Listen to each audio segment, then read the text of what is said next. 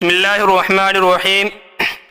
ناظرین، صوبہ بہار ایک ایسا مردم خیز علاقہ ہے جس کی خاک سے ہر دور میں مختلف علوم و فنون کے ایسے علماء اور ارباب کمال پیدا ہوئے جن کے فیض سے نہ صرف ہندوستان بلکہ پورا عالم سیراب ہوا، اور آج بھی دنیا کا کوئی خطہ ان کے فیوز و برکات کے آثار سے خالی نہیں ہے۔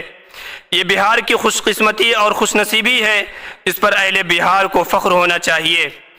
ناظرین، اسی مردم خیز زمین کے ایک نامور مورخ مولانا سید ابو ظفر ندوی رحمۃ اللہ علیہ ہیں، جو ندوہ کے ابن بطوطہ مشہور فاضل علامہ شبلی نعمانی رحمۃ اللہ علیہ کے شاگرد اور سید سلیمان ندوی رحمۃ اللہ علیہ کے بھتیجے تھے، جن کی پوری زندگی علم و فن کی خدمت اور تالیف و تصنیف میں گزری۔ تاریخ ان کا خاص موضوع تھا جو علمی دنیا میں ان کے شہرت و نیک نامی کا ذریعہ بنا۔ ان کے بارے میں مشہور ہے کہ ان کے جسم کو خرچو تو اس سے تاریخ کے کسی نہ کسی پہلو کی صدا نکلے گی۔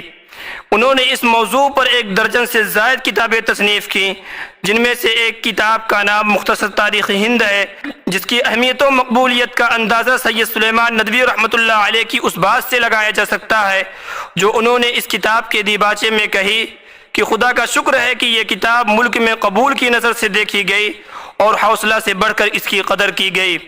سرکار بہار نے اس کو اپنے سرکاری مدرسوں میں جاری کیا۔ یوپی کے محکمہ تعلیم نے اس کے 500 نسخے اپنی لائبریریوں کے لیے خریدے۔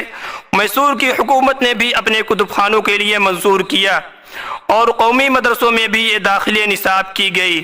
اس کے علاوہ گجرات کی تاریخ، گجرات کی تمدنی تاریخ اور تاریخ خاندان غزنہ جیسی بے شمار کتابیں ہیں جن کے ذکر کے بغیر علم تاریخ کا ذکر ادھورا ہے۔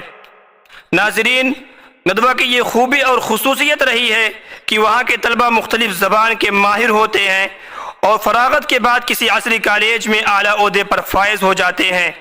اس کی ایک مثال مولانا سید ابو ظفر ندوی رحمۃ اللہ علیہ ہیں، جنہوں نے اردو عربی کے علاوہ سنسکرت، گجراتی اور برمی زبان میں اس طرح مہارت پیدا کی کہ ان زبانوں میں پڑھنے کے علاوہ لکھنے کا بھی کام کرتے تھے۔ چنانچہ برمی بول چال کے نام سے ایک کتاب لکھی اور سنسکرت کی بعض کتابوں کا اردو میں ترجمہ کیا۔ ندوہ سے فراغت کے بعد جب ملازمت کا زمانہ آیا تو بے شمار دستگاہوں نے مولانا کا خیر مقدم کیا۔ ابتدا میں کچھ دنوں ملتان میں رہے، پھر ایک عرصہ تک رنگون میں بھی قیام کیا۔ اس کے بعد احمد آباد چلے گئے، جہاں گاندھی جی کے قائم کردہ کالج مہاودیالیہ میں عربی کے پروفیسر مقرر ہوئے۔ اس کے بعد سیٹھ جمال کے قائم کردہ جمالیہ کالج احمد آباد کے پرنسپل مقرر ہوئے۔ پھر جناب نواب علی وزیر تعلیم ریاست جوناگڑھ نے ان کو ریاست کے علمی و مذہبی کام کے لیے مدعو کیا۔ اس کے بعد دارالمصنفین اعظم گڑھ بلا لیے گئے۔ کچھ عرصہ کے بعد شانتی نکیتن یونیورسٹی میں عربی اور فارسی کے پروفیسر مقرر ہوئے۔ کچھ عرصہ یہاں قیام کے بعد پھر احمد آباد واپس چلے گئے اور گریجویٹ ڈپارٹمنٹ میں MA کے تعلیمی اور تحقیقی کاموں میں لگ گئے اور زندگی کے آخری ایام تک اسی سے منسلک رہے۔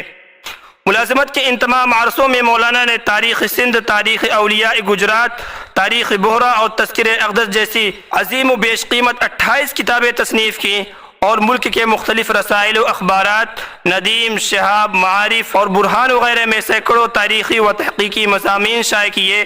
ان میں سے کچھ کے نام یہ ہیں: ہندوستان میں توپ کا استعمال، ہندوستان میں کاغذ سازی، ہندوستان کے مسلمان حکمرانوں کے عہد میں ڈاک کا نظام۔ ندوہ کے اس عظیم مورخ کا آبائی وطن دسنا ضلع پٹنہ ہے۔